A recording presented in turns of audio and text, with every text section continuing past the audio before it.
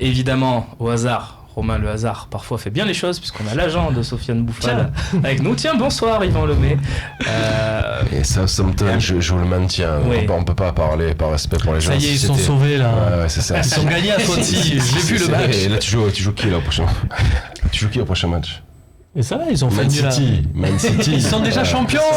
Ils vont jouer Benjamin Mendy, il a plus qu'une jambe, ça pour va. les gens, tu peux pas parler d'avenir tant que la saison n'est pas terminée. Si c'était le cas pour un joueur de l'OM, ce serait pareil si tu jouais le. Bref. On verra si on te cuisine ou pas. Mais on va commencer par est-ce que c'est un bon joueur? Marseille aujourd'hui cherche pas sur les côtés. Moi, je leur ai proposé le meilleur joueur brésilien, puisqu'il me semble qu'on a un bon brésilien, qu'on veut développer la filière brésilienne.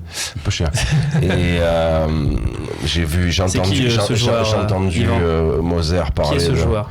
Luan, le joueur de Grêmio Porto, qui était élu meilleur joueur. Luan, le U on le prononce ou là-bas. Et qui a été élu meilleur joueur depuis les 12 derniers mois en Amérique du Sud, donc qui est quand même un joueur. J'étais étonné que Carlos Moser, qui fait la pub de Flamengo parce que c'est son club, mais n'en parle pas parce que c'est quand même le joueur au-dessus aujourd'hui au Brésil, qui a 22 ans de tête.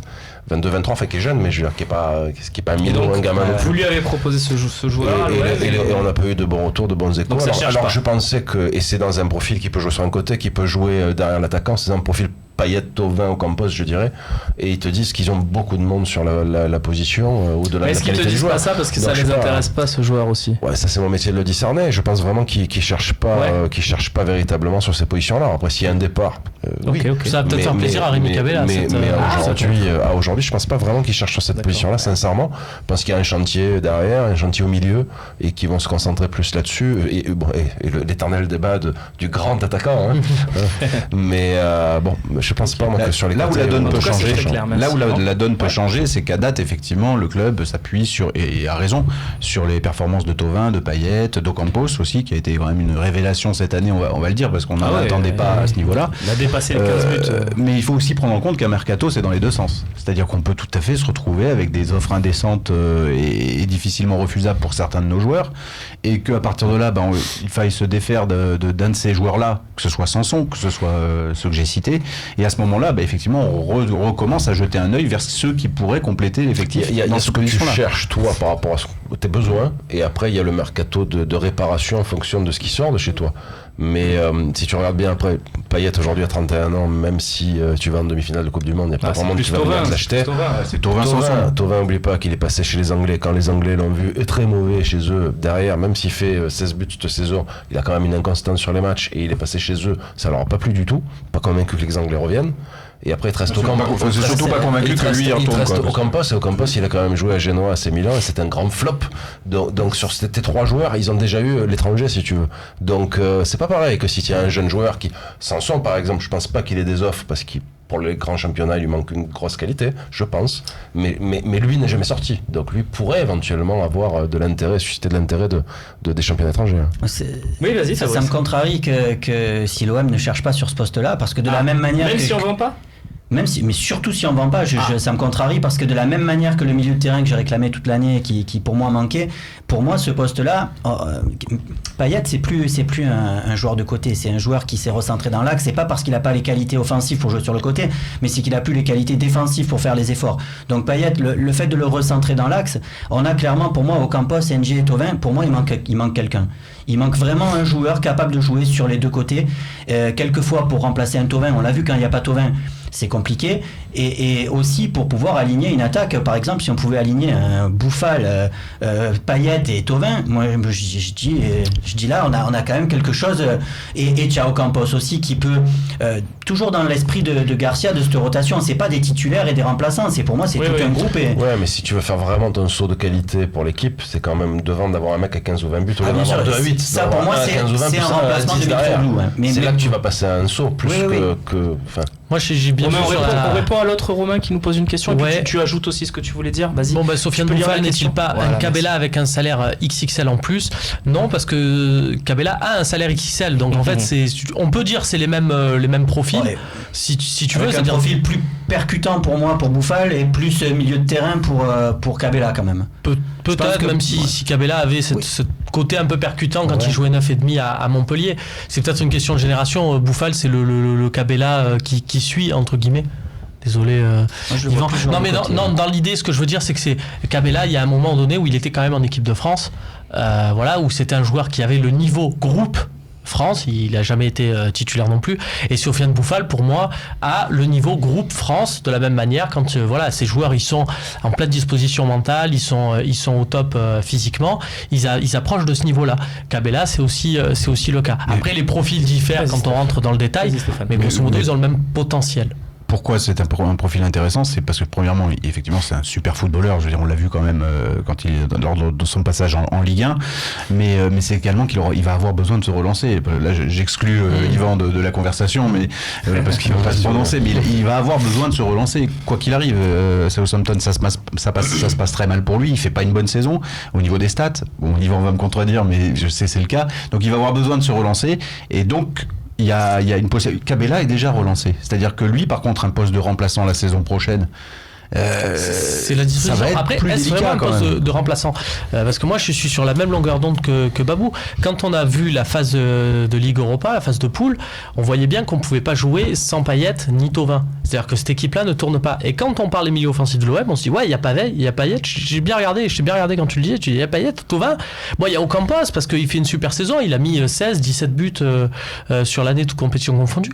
Mais quand on y réfléchit, Ocampos, tu ne peux pas lui passer le ballon. Le jeu ne peut pas passer par lui parce que techniquement, il ne peut pas le faire. Et c'est pas une critique. Il faut de tout dans une équipe. Il a d'autres qualités défensives notamment que ces joueurs-là n'ont peut-être un peu moins. Tu peux pas faire du jeu avec 11 Ocampos. Il te faut un Payet et à côté un Ocampos. Par contre, quand tu as un Bouffal et que t'as pas Payet mais que t'as Bouffal sur le terrain, et ben là oui tu peux. Donc du coup il a un profil et en même temps complémentaire et en même temps qui se suffit. Juste une question pour Yvan, plus sur le profil. On remet Yvan dans la conversation. Parce que je parle du profil. Pour moi, c'est comme des. Pour moi, je commence ma question en disant, pour moi, Cabella, c'est plus un joueur d'axe qu'un joueur de côté. Même si on le fait jouer sur le côté quelquefois, je le préfère largement dans l'axe. Est-ce que Bouffal est vraiment un joueur de côté, un joueur capable de prendre, comme Thauvin peut l'être, à la fois de déborder, mais à la fois aussi de rentrer. Si tu joues derrière l'attaquant, tu joues à 25 mètres, 30 mètres des buts. Quand tu joues à 3 devant et que tu joues excentré, ou dans un 4-2-3-1 et que tu subis le jeu, comme Southampton le subit, c'est-à-dire que tu joues la moitié, 3/4 de ton match, latéral gauche.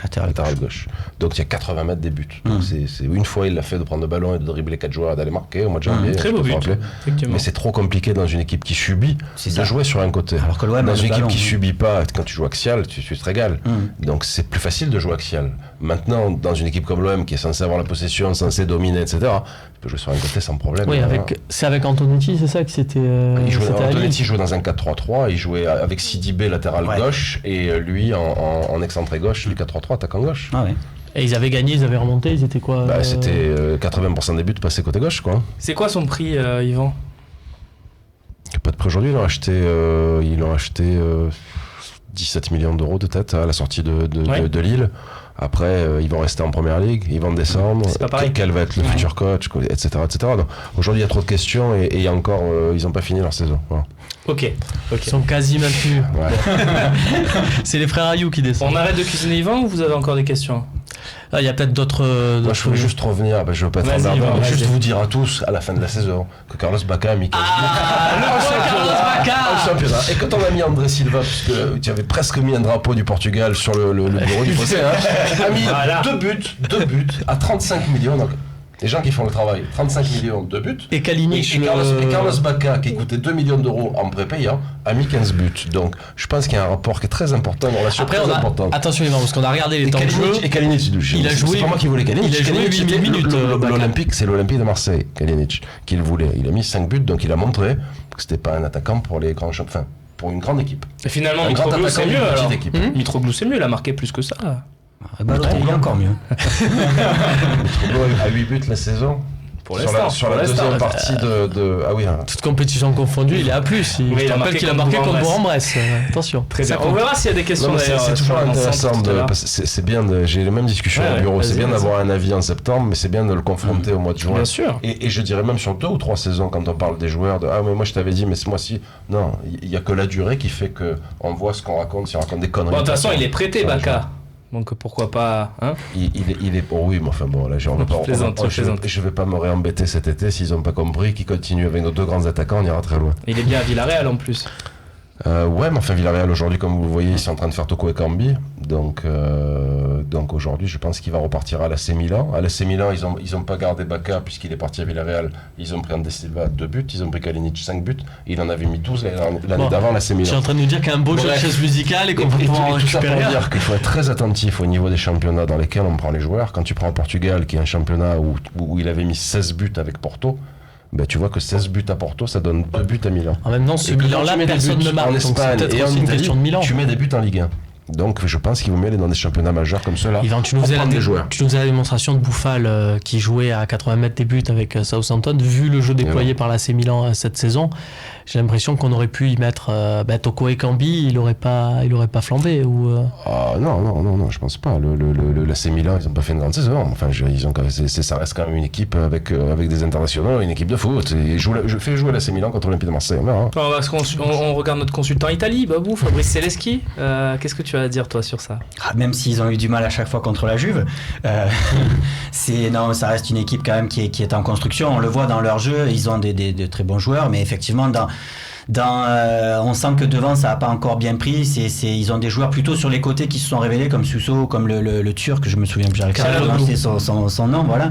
Mais c'est vrai que devant pour l'instant ça reste un vrai point noir pour eux. Ils n'ont pas trouvé encore on clôture le sujet Bouffal. Peut-être un petit sondage, on verra à la fin de l'émission. Sofiane Bouffal à l'OM la saison prochaine, une bonne idée ou pas? Ouais. Tu le fais bien. Je le fais bien. Allez, on passe tout de suite à l'avant-match. EAG OM.